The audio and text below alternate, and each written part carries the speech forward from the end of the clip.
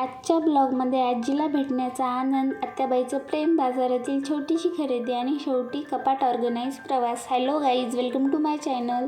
सकाळच्या जेवणाची तयारी सुरू केली. अगोदर पीठ मळून घेतलं, नंतर मसूरची डाळ बनवली. तूप करायचं होतं म्हणून मलाईमध्ये थोडंसं थंड पाणी टाकून बाजूला ठेवलं. तोपर्यंत पोळ्या करून घेतल्या. हे बघा, माझ्या गॅलरीमध्ये सध्या फक्त एकच प्लांट आहे. त्यानंतर आम्हाला माझ्या आजीला भेटायला आत्याबाईच्या इथे जायचं होतं. त्यासाठी पटकन तयार झालो आणि घरातून निघालो. रस्त्यात इतकं सुंदर वातावरण झालं होतं. मग आलो आत्याबाईच्या घरी आणि आजी आम्हाला पाहून खूप खुश झाली. तिच्यासोबत खूप वेळ गप्पा मारल्या आणि छान वेळ घालवला. मग आत्याबाईसोबत पण छान गप्पा मारल्या.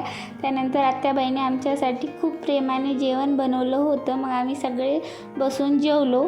जेवणानंतर आत्याबाईने माझ्यासाठी एक सुंदर साडी आणि नीतूसाठी छान ड्रेस घेतला. नंतर आम्हाला राहा म्हणत होते, तर त्यांनी शेतामध्ये राहतात आणि शेतामधलं वातावरण एवढं छान होतं ना. खरं तर तिथे खूप करमत होतं, पण आमचं राहणं काय झालं नाही. नंतर आम्ही घरी परतलो.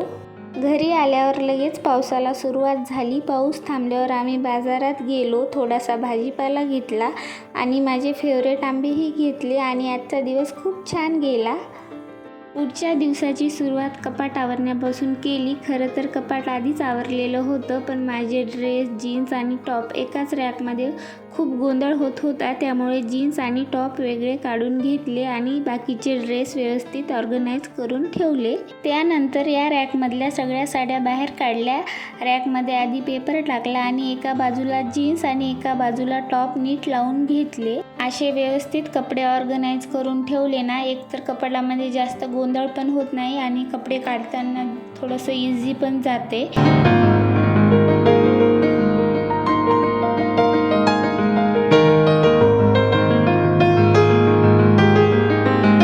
नंतर सगळ्या साड्या व्यवस्थित घडी करून पिशव्यामध्ये ठेवल्या आणि दुसऱ्या रॅकमध्ये ठेवून दिल्या. आणि ही ग्रीन कलरची पिशवी आहे ना, यामध्ये सगळ्या नवीन साड्या आहेत. त्यांचे ब्लाऊज पण स्टिच करायला टाकायचे आहेत. आता बघा, कपाट किती छान आणि नीटनेटके दिसत आहे. सगळे कपडे अगदी व्यवस्थित आणि सिस्टमॅटिक लावून झाले आणि आपलं काम कंप्लीट झाले. याचा आनंद आपला वेगळाच असतो.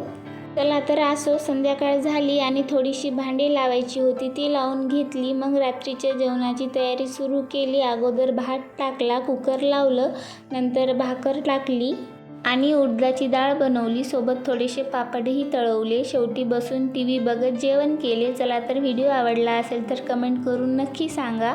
लाईक करा, शेअर करा आणि अशा डेली ब्लॉगसाठी चॅनलला सबस्क्राईब करायला विसरू नका. बाय, भेटूया पुढच्या ब्लॉगमध्ये.